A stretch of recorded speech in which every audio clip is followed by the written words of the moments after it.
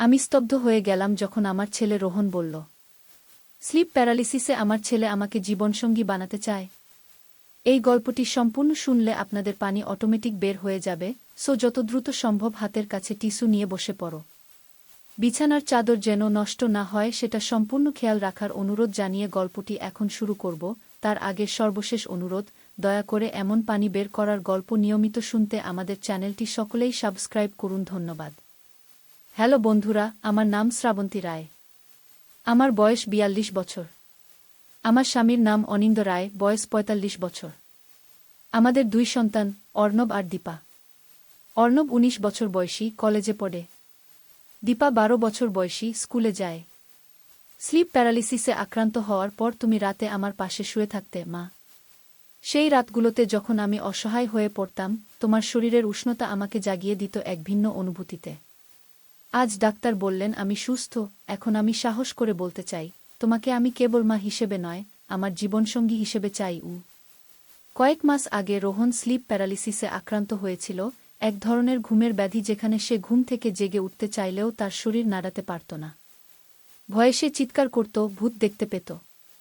ঘুমের মধ্যে সে এমন ভয় পেত যে আমি তার পাশে শুয়ে থাকতাম, তাকে সান্ত্বনা দিতাম। রোহন, আমি বিশ্বাস করতে পারছিলাম না। কি বলছো তুমি? আমি তো তোমাকে সাহায্য করতে চেয়েছিলাম, তোমার অসুখের সময় পাশে ছিলাম গু। আমি জানি মা। আর সেই সাহায্যই আমাকে এক নতুন অনুভূতি দিয়েছে। প্রতি রাতে যখন তুমি আমার পাশে শুয়ে থাকতে, আমি অনুভব করতাম এই উষ্ণতা, এই আবেগ, এই ভালোবাসা। আমি আরও বেশি চাই। কি রোহন আমার হাত ধরে টানল, আমি সরে গেলাম। আমি অবাক হয়ে ভাবছিলাম, আমার সন্তানকে সাহায্য করার জন্য তার পাশে ঘুমিয়েছিলাম, আর সে তা থেকে এমন বিকৃত চিন্তা করেছে। এর জন্য কি আমিই দায়ী? রোহন, আমি কেবল তোমার মা হিসেবে তোমাকে সাহায্য করেছিলাম। তোমার মাথায় এসব কি আজগুবি চিন্তা ঢুকেছে? আমি তার দিকে থেকে আরও দূরে সরে গেলাম। সেই রাতে আমি ভাবতে পারিনি যে এই অদ্ভুত ঘটনার পেছনে রয়েছে একটা বড় ষড়যন্ত্র। আসলে আমার ছেলে অর্ণব নয়, তার নাম রোহন। আমার মাথা একটু গুলিয়ে গেছে। আসলে রোহন আমার ছেলে নয়, সে আমার বড় ভাই মহিতোষের ছেলে। তার বাবা মা দুর্ঘটনায় মারা যাওয়ার পর আমরাই তাকে নিজের সন্তানের মতো লালন পালন করি। পরদিন সকালে উঠে দেখি অনিন্দ ঘরে নেই।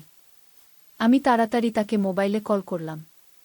তিনি বললেন, শোনো শ্রাবন্তী, আমাকে কিছুদিন বাইরে যেতে হবে একটা প্রজেক্টের জন্য। তোমরা সবাই ভালো থেকো গো। আমি অবাক হয়ে গেলাম। অনিন্দ কখনোই আমাকে না জানিয়ে এভাবে হঠাৎ কোথাও যেতেন না। তার কণ্ঠস্বরও অন্যরকম লাগছিল, যেন তিনি কারো চাপে কথা বলছেন। রাতে ডাইনিং টেবিলে বসে খাবার খাওয়ার সময় আমি লক্ষ্য করলাম রোহন আমার দিকে অদ্ভুতভাবে তাকিয়ে আছে। তার চোখে এমন একটা দৃষ্টি ছিল যা আমি আগে কখনো দেখিনি। আমার ছোট মেয়ে দীপাও অন্যমনস্ক লাগছিল। সে প্রায়ই মোবাইলে কারো সাথে মেসেজ করছিল, আর আমার দিকে তাকালে চোখ সরিয়ে নিচ্ছিল। দীপা, তুমি কার সাথে এত মেসেজ করছো? আমি জিজ্ঞেস করলাম। এমনি, স্কুলের বন্ধুদের সাথে, দীপা উত্তর দিল, কিন্তু তার কণ্ঠস্বর কাঁপছিল। খাবার শেষ করে আমি যখন নিজের ঘরে যাচ্ছিলাম, তখন রোহন আমার পথ আটকে দাঁড়াল। কাকিমা, আপনি কি জানেন এই বাড়িতে কি ঘটছে? সে জিজ্ঞেস করল। কি ঘটছে? আমি বিস্মিত হয়ে প্রশ্ন করলাম। আপনার স্বামী অনিন্দ কাকু, তিনি আসলে একটা বড় ষড়যন্ত্রে জড়িয়ে আছেন। আর সেই ষড়যন্ত্রের জালে আমরা সবাই আটকা পড়েছি। আমি হেসে ফেললাম। কি যে বলো তুমি? অনিন্দ তো একজন সাধারণ ব্যবসায়ী। তিনি কোনো ষড়যন্ত্রে জড়াবেন কেন? আপনি জানেন না কাকিমা, অনিন্দ কাকু আসলে একজন সাধারণ ব্যবসায়ী নন। তিনি ছায়া নামের একটি গোপন সংগঠনের সদস্য। তারা প্রাচীন বাস্তুবিদ্যার মাধ্যমে অতিপ্রাকৃত শক্তি অর্জন করতে চায়। আমি হতবাক হয়ে গেলাম। রোহন এসব কি বলছে? অনিন্দ একজন সফল রিয়েল এস্টেট ব্যবসায়ী, তিনি কিভাবে কোনো গোপন সংগঠনের সাথে জড়িত হবেন? তুমি কি মাথা খারাপ হয়ে গেছ? এসব কোথায় পেলে? নেটফ্লিক্সের সিরিজ দেখে দেখে তোমার মাথা বিগড়ে গেছে। না কাকিমা, আমি সত্যি বলছি। গত কয়েক মাস ধরে আমি অনিন্দ কাকুর গতিবিধি লক্ষ্য করেছি। রাতে তিনি ঘুমের ওষুধ খাইয়ে আপনাকে ঘুম পাড়িয়ে রাখেন, আর তারপর বাড়ির বেসমেন্টে যান। সেখানে তিনি কি করেন আমি জানি না, কিন্তু সেখান থেকে অদ্ভুত আলো আর শব্দ আসে। আমি রোহনের কথা বিশ্বাস করতে পারছিলাম না।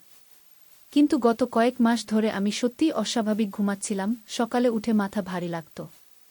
এবং অনিন্দ প্রায় রাতে বাড়িতে থাকতেন না বা দেরি করে ফিরতেন।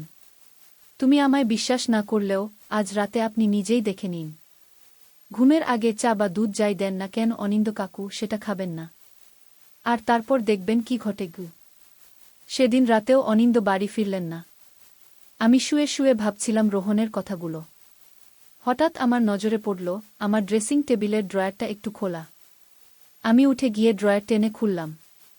আমার হাতের গয়না প্রায় সবই ছিল তাতে, কিন্তু আমার পুরানো ডায়েরিটা ছিল না। সেই ডায়েরিতে আমি আমার ব্যক্তিগত চিন্তা, অনুভূতি সব লিখতাম। আমি ভাবতে লাগলাম, কে আমার ডায়েরি নিতে পারে? অনিন্দ? না, তিনি তো কখনো আমার জিনিসপত্র নাড়াচাড়া করতেন না। তাহলে কি রোহন? কিন্তু সে কেন আমার ডায়েরি নেবে? সারা রাত আমি এসব ভেবে ঘুমাতে পারলাম না। পরদিন সকালে আমি সিদ্ধান্ত নিলাম আমি বেসমেন্টে গিয়ে দেখব সেখানে কি আছে। আমাদের বাড়ির বেসমেন্টটা প্রায় সময় তালাবদ্ধ থাকে। অনিন্দ বলে সেখানে তার অফিসের পুরানো ফাইলপত্র আর দলিল দস্তাবেজ রাখা আছে। সেদিন বাচ্চারা স্কুলে চলে যাওয়ার পর আমি বেসমেন্টের চাবি খুঁজতে লাগলাম। অনেক খোঁজাখুঁজির পর আমি সেটা অনিন্দ ড্রেসিং টেবিলের গোপন ড্রয়ারে পেলাম। আমি ধীরে ধীরে বেসমেন্টের দরজা খুললাম। ভেতরে ঢুকে আমি যা দেখলাম তাতে আমার পা কাঁপতে লাগল। বেসমেন্টটা একটা ল্যাবরেটরির মতো সাজানো। নানারকম যন্ত্রপাতি, কম্পিউটার, মিক্রোস্কোপ আর দেয়ালে ঝুলানো ছিল অনেক চার্ট আর ম্যাপ। মাঝখানে একটা বড় টেবিল, যার উপর বিভিন্ন রঙের তরল পদার্থে ভরা বোতল ছিল। আমি এগিয়ে গিয়ে একটা ফাইল খুললাম। তাতে লেখা ছিল প্রজেক্ট আত্মাগী, একটি গবেষণা যার মাধ্যমে মানুষের স্মৃতি পরিবর্তন করে তাদের মধ্যে নতুন স্মৃতি প্রতিস্থাপন করা যায়। আমি আরও পড়তে গিয়ে দেখলাম এই গবেষণার উদ্দেশ্য একটি ড্রাগ তৈরি করা, যা মানুষকে স্বেচ্ছায় অন্য কারো প্রতি আকৃষ্ট করে তুলবে।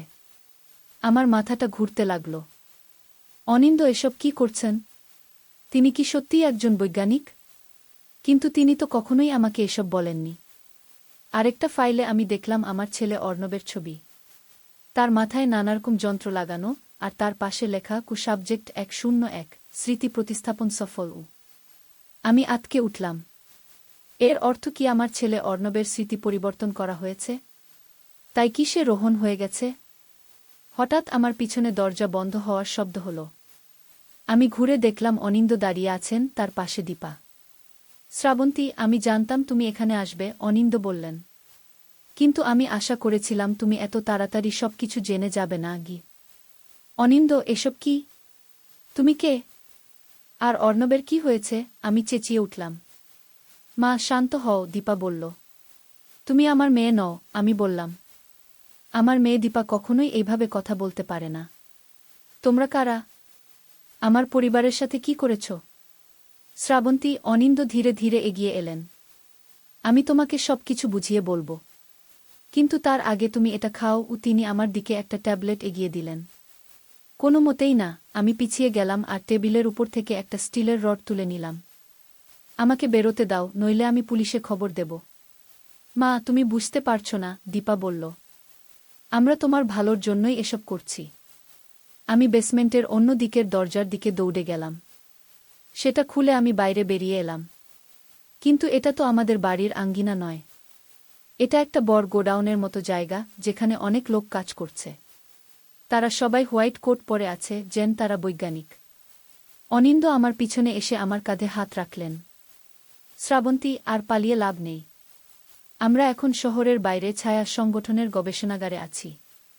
আমরা গত 1 বছর ধরে তোমাকে নিয়ে একটা মানসিক পরীক্ষা চালাচ্ছিলাম। কি? আমার মাথাটা ঘুরে গেল। কি পরীক্ষা? মানুষের মস্তিষ্কে নতুন স্মৃতি প্রতিস্থাপনের পরীক্ষা। আমরা তোমার মানসিক অবস্থা পরীক্ষা করছিলাম, তুমি কতটা দ্রুত বুঝতে পারো যে তোমার আশেপাশের মানুষগুলো বদলে গেছে। কিন্তু কেন? আমার পরিবার কোথায়? তোমার পরিবার নিরাপদে আছে। আসলে আমরা তোমার পরিবার নই। আমি অনিন্দ নই, আমার নাম সুদীপ্ত চক্রবর্তী। আর এ হলো আমার সহকারী মনিকা। তিনি দীপার দিকে ইশারা করলেন। আমি ভেঙে পড়লাম। আমার সত্যিকারের পরিবার কোথায়? আমার স্বামী অনিন্দ, আমার ছেলে অর্ণব, আমার মেয়ে দীপা। তারা অন্য একটা গবেষণাগারে আছে। তাদের স্মৃতিও পরিবর্তন করা হয়েছে। তারা মনে করছে তারা অন্য একটা পরিবারের সদস্যও। কিন্তু কেন? এসব কেন করছো তোমরা? কারণ আমরা মানব মস্তিষ্কের সীমারেখা পরীক্ষা করতে চাইছি। আমরা দেখতে চাইছি কোনো পরিস্থিতিতে মানুষ বাস্তব এবং কল্পনার মধ্যে পার্থক্য করতে পারে আর কখন পারে না। আমি বিশ্বাস করি না। তোমরা সবাই পাগল। সুদীপ্ত আমার দিকে তাকিয়ে হাসলেন। তোমার প্রতিক্রিয়া আমাদের অনুমানের মধ্যেই আছে। তুমি এখন বিশ্বাস করো যে সব কিছু অস্বাভাবিক বা তোমার পরিবারের সাথে কিছু খারাপ হয়েছে। কিন্তু আসল সত্য হল তুমি একজন মানসিক রোগী। কি? আমি বিস্মিত হয়ে গেলাম। তোমার নাম অমিতা সেন। তুমি গত 5 বছর ধরে একটি মানসিক হাসপাতালে চিকিৎসা নিচ্ছ। তোমার স্কিজোফ্রেনিয়া আছে, যার কারণে তুমি বিভিন্ন কাল্পনিক ঘটনা ও চরিত্র তৈরি করো। না, এটা সত্য নয়। আমি চিৎকার করে উঠলাম। আমি শ্রাবন্তী রায়, আমার স্বামী অনিন্দ রায়, আমার 2 সন্তান অর্ণব আর দীপা। এটাই সত্য। না, এটা তোমার কল্পনা।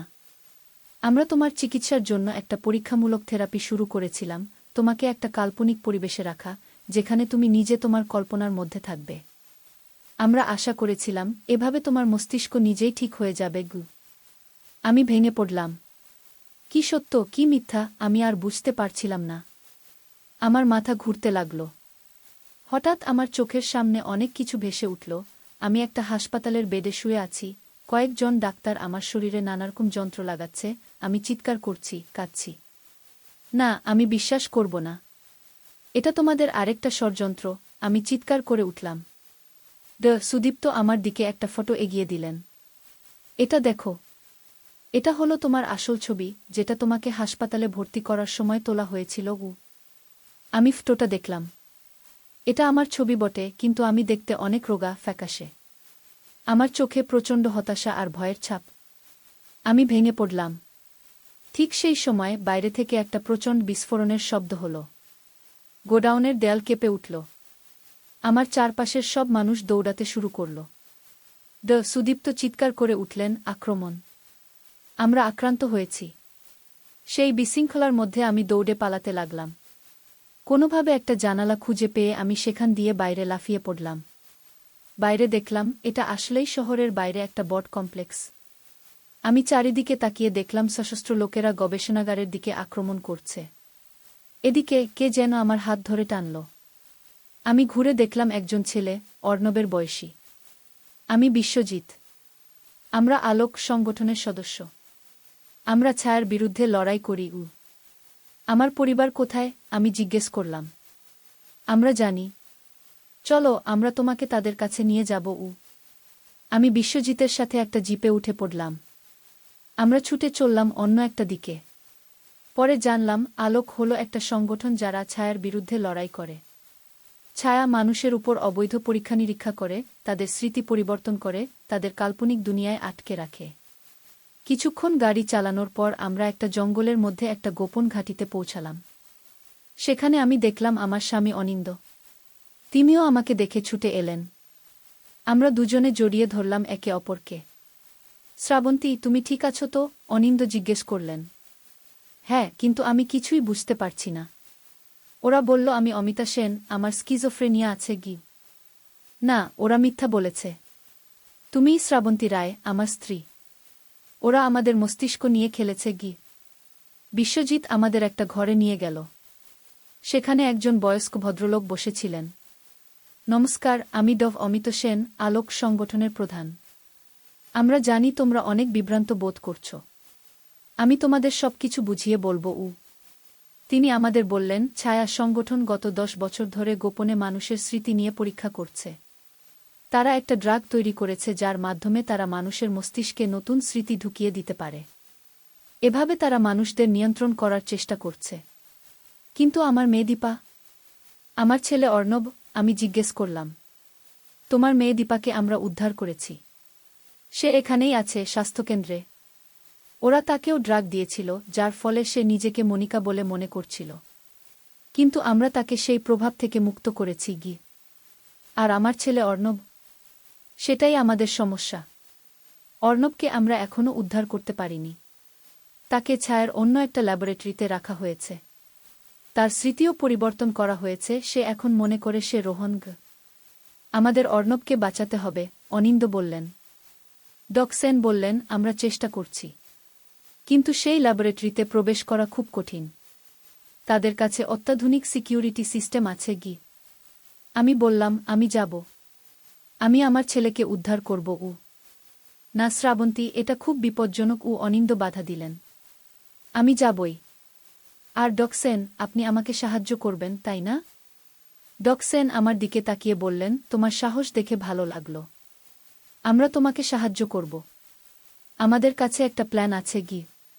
পরের কয়েকদিন আমরা আলোক সংগঠনের সদস্যদের সাথে অর্ণবকে উদ্ধার করার প্ল্যান তৈরি করলাম। ছায়ার যে ল্যাবরেটরিতে অর্ণবকে রাখা হয়েছে সেটা আরও গোপন একটা জায়গায়, পাহাড়ের গভীরে। প্ল্যান অনুযায়ী আমাকে ছায়ার একজন বৈজ্ঞানিক সেজে সেখানে ঢুকতে হবে। ডকসেন আমাকে তাদের গবেষণা সম্পর্কে সবকিছু বুঝিয়ে দিলেন, যাতে আমি একজন বৈজ্ঞানিক হিসেবে অভিনয় করতে পারি। আমাকে দেওয়া হলো একটা বিশেষ ইনজেকশন, যেটা আমার রক্তে থাকবে, আর তা থেকে এমন একটা সিগন্যাল বেরোবে যা ছায়ার সিকিউরিটি সিস্টেমকে বোকা বানাবে। নির্ধারিত দিনে আমি ছায়ার পোশাক পরে তাদের ল্যাবরেটরির দিকে রওনা হলাম। আলোকের বিশেষজ্ঞরা আমার জন্য একটা নকল আইডি কার্ড তৈরি করেছিল। আমার সাথে ছিল বিশ্বজিৎ আর আলোকের আরও ৩ জন সদস্য, যারাও বৈজ্ঞানিক সেজেছিল। আমরা ল্যাবরেটরির গেটে পৌঁছালাম। আমার বুক ধুকধুক করছিল। যদি আমাদের নকল পরিচয় ধরা পড়ে যায়, তাহলে আমরা সবাই ধরা পড়ে যাব। কিন্তু সৌভাগ্যক্রমে আমাদের আইডি কার্ড কাজ করল, আমরা ভেতরে ঢুকতে পারলাম। ল্যাবরেটরির ভেতরে আমরা বিভিন্ন ফ্লোরে খুঁজতে লাগলাম। ডকসেনের দেওয়া তথ্য অনুযায়ী অর্ণবকে রাখা হয়েছে ৪র্থ তলায় একটা বিশেষ কক্ষে। কিন্তু সেখানে যাওয়ার জন্য আমাদের বিশেষ অনুমতি দরকার। এখন কি করব? আমি বিশ্বজিৎকে জিজ্ঞেস করলাম। চিন্তা করো না, বিশ্বজিৎ বলল। আমরা এর জন্য প্রস্তুত আছি। সে তার পকেট থেকে একটা ছোট ডিভাইস বের করল। এটা তাদের সিকিউরিটি সিস্টেমকে হ্যাক করতে পারবে। বিশ্বজিৎ ডিভাইসটা লিফটের পাশে একটা সিকিউরিটি প্যানেলে লাগাল। কিছুক্ষণ পর প্যানেল থেকে একটা সবুজ আলো জ্বলে উঠল। আমরা লিফটে উঠে ৪র্থ তলায় পৌঁছালাম। ৪র্থ তলায় নেমে আমরা দেখলাম এটা একটা বড় ওয়ার্ড। এখানে অনেক বেড আছে, প্রত্যেকটা বেডে একজন করে রোগী শুয়ে আছে। তাদের মাথায় নানা রকম যন্ত্র লাগানো। কিছু রোগী চিৎকার করছে, কিছু স্থির হয়ে আছে। আমরা ধীরে ধীরে প্রত্যেকটা বেডের দিকে তাকাতে লাগলাম, অর্ণবকে খুঁজে বের করার জন্য। হঠাৎ আমি তাকে দেখতে পেলাম। একটা বেডে শুয়ে আছে আমার ছেলে।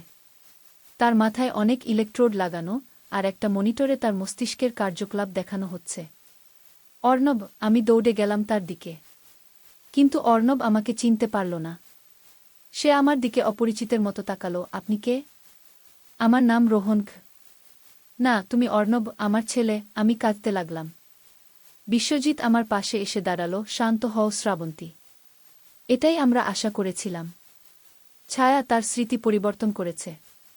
কিন্তু আমাদের কাছে এর প্রতিকার আছে কি? সে তার ব্যাগ থেকে একটা ইনজেকশন বের করল। এটা আলোকের তৈরি একটা অ্যান্টিডোট। এটা তার মস্তিষ্ক থেকে ভুজা স্মৃতি মুছে ফেলবে। কিন্তু এটা দিতে হবে ওই বিশেষ মেশিনের সাহায্যে। কি সে ইশারা করল অর্ণবের বেডের পাশে থাকা একটা যন্ত্রের দিকে। কিন্তু আমরা কি জানি কিভাবে এই মেশিন চালাতে হয়? আমি উদ্বিগ্ন হয়ে জিজ্ঞেস করলাম। হ্যাঁ, আমাদের দলের সদস্য রাজীব এই মেশিন চালাতে জানে। ও এখন আসবে। ঠিক সেই সময় ল্যাবরেটরিতে একটা সাইরেন বেজে উঠল। Intruder alert! Intruder alert! একটা রোবটিক কণ্ঠ ঘোষণা করতে লাগল। আমাদের ধরা পড়ে গেছে, বিশ্বজিৎ বলল। আমাদের দ্রুত অর্ণবকে নিয়ে পালাতে হবে। আমরা অর্ণবের বেড থেকে সব যন্ত্র খুলে ফেললাম। আমি তাকে ধরে উঠাবার চেষ্টা করলাম, কিন্তু সে প্রতিরোধ করল। আমাকে ছেড়ে দাও। তোমরা কারা? আমি রোহন, সে চিৎকার করে উঠল। অর্ণব শোনো, আমি তার হাত ধরে বললাম, তুমি আমার ছেলে। ছায়া তোমার স্মৃতি পরিবর্তন করেছে। তুমি অর্ণব রায়, শ্রাবন্তী আর অনিন্দ রায়ের ছেলে। তোমার একটা ছোট বোন আছে, দীপাগী। অর্ণবের চোখে বিভ্রান্তি ফুটে উঠল। আমি কিছু মনে করতে পারছি না। চলো, আমাদের এখনই যেতে হবে, বিশ্বজিৎ তাড়া দিল। আমরা অর্ণবকে ধরে টেনে নিয়ে লিফটের দিকে যেতে লাগলাম। কিন্তু লিফট আসার আগেই কয়েকজন সশস্ত্র গার্ড এসে আমাদের ঘিরে ফেলল। থামো! কোথাও যাবে না তোমরা! তারা চিৎকার করে উঠল। হঠাৎ পিছন থেকে একটা বিস্ফোরণের শব্দ হল। ল্যাবরেটরির একটা দেয়াল ভেঙে পড়ল, আর সেখান দিয়ে ঢুকল আলোকের আরও সদস্য, তাদের হাতে অস্ত্র। শ্রাবন্তী, এদিকে। আমি দেখলাম অনিন্দ দৌড়ে আসছেন আমাদের দিকে। চারদিকে গুলি চলতে লাগল। আমি অর্ণবকে আড়াল করে রাখলাম। অনিন্দ আমাদের কাছে পৌঁছে গেলেন, আর আমরা সেই ভাঙা দেয়াল দিয়ে বাইরে বেরিয়ে গেলাম। বাইরে একটা হেলিকপ্টার অপেক্ষা করছিল। আমরা দ্রুত তাতে উঠে পড়লাম। হেলিকপ্টার উঠতে শুরু করল, আর আমরা দেখলাম ল্যাবরেটরি থেকে অনেক গার্ড বেরিয়ে আসছে, তারা আমাদের দিকে গুলি চালাচ্ছে। আমরা পালিয়ে এলাম, বিশ্বজিৎ বলল। এখন অর্ণবকে আমাদের ঘাঁটিতে নিয়ে যেতে হবে, ওখানে ওর চিকিৎসা করা হবে। আমি অর্ণবের দিকে তাকালাম। সে এখনও বিভ্রান্ত, কিন্তু শান্ত ছিল। মা, সে অস্পষ্ট স্বরে বলল। আমি কি সত্যিই অর্ণব? হ্যাঁ বাবা, তুমি আমার অর্ণব। আমি তার হাত ধরে বললাম, চোখে জল ভরে এলো আমার। আলোকের ঘাঁটিতে ফিরে ডকসেন অর্ণবের চিকিৎসা শুরু করলেন। তিনি বিশেষ একটা মেশিন ব্যবহার করে অর্ণবের মস্তিষ্ক থেকে ভুয়া স্মৃতি মুছে ফেলার চেষ্টা করলেন। ধীরে ধীরে অর্ণব তার আসল স্মৃতি ফিরে পেতে লাগল। আমি, অনিন্দ আর দীপা অর্ণবের পাশে বসে থাকতাম। আমরা তাকে তার বাল্যকালের গল্প শোনাতাম, পুরনো ছবি দেখাতাম, যাতে তার স্মৃতি দ্রুত ফিরে আসে। একদিন সকালে অর্ণব ঘুম থেকে উঠে আমাদের সবাইকে চিনতে পারল। সে দৌড়ে এসে আমাদের জড়িয়ে ধরল। মা, বাবা, দীপা, আমি সবকিছু মনে করতে পারছি। আমরা সবাই আনন্দে কেঁদে ফেললাম। আমাদের পরিবার আবার একসাথে হল। ডকসেন আমাদের কাছে এলেন। তোমাদের এখানে থাকা আর নিরাপদ নয়, তিনি বললেন। ছায়া নিশ্চয়ই এখানে আক্রমণ করবে। আমরা তোমাদের দেশের বাইরে পাঠাবো, যেখানে তোমরা নতুন জীবন শুরু করতে পারবে। কয়েকদিন পর আমরা ভারত ছেড়ে নেপাল চলে গেলাম। সেখানে আমরা নতুন নাম, নতুন পরিচয় নিয়ে বসবাস শুরু করলাম। আমি শিক্ষক হিসেবে কাজ করতে লাগলাম, অনিন্দ একটা ছোট ব্যবসা শুরু করলেন। অর্ণব আর দীপা নতুন স্কুলে ভর্তি হল। 2 বছর পর আমাদের কাছে খবর এলো যে আলোক ছায়াকে পরাজিত করেছে। তাদের সব গবেষণাগার ধ্বংস করা হয়েছে, তাদের নেতাদের গ্রেপ্তার করা হয়েছে। আমরা আবার ভারতে ফিরে আসতে পারতাম, কিন্তু আমরা সিদ্ধান্ত নিলাম নেপালেই থাকব। এখানে আমরা নতুন জীবন গড়ে তুলেছি, নতুন বন্ধু পেয়েছি। আজ 5 বছর পর আমি এই গল্প লিখছি। আমাদের সেই ভয়ঙ্কর অভিজ্ঞতার স্মৃতি এখনও আমাদের সাথে আছে, কিন্তু আমরা এগিয়ে চলেছি। অর্ণব কলেজে পড়ছে, দীপা হাই স্কুলে। আমাদের পরিবার আবার সুখী। কিন্তু মাঝে মাঝে রাতে ঘুমের মধ্যে আমি এখনও সেই সব দৃশ্য দেখি, ল্যাবরেটরি, অদ্ভুত যন্ত্রপাতি, ভুজা স্মৃতি। এবং আমি উঠে বসি, ঘামতে থাকি। আমি ভাবি, আমাদের সত্যি কি সব স্মৃতি ফিরে এসেছে? নাকি আমরা এখনও কেউ আমাদের মস্তিষ্কে ভুয়া স্মৃতি ঢুকিয়ে দিচ্ছে? সত্যি কোনটা? আমি অনিন্দকে ঘুম থেকে জাগাই। তিনি আমাকে জড়িয়ে ধরেন। শ্রাবন্তী, আবার সেই স্বপ্ন দেখলে? হ্যাঁ, আমি বলি। আমি কখনো কখনো ভাবি, সত্যি কি আমরা কি এখনও কারো পরীক্ষার বিষয়? আমাদের স্মৃতি কি আসল? সত্যি হলো যেটা আমরা বিশ্বাস করি, অনিন্দ বলেন। আমি বিশ্বাস করি আমরা এখন নিরাপদ। আমরা একসাথে আছি, আমাদের পরিবার আবার জোড়ালে।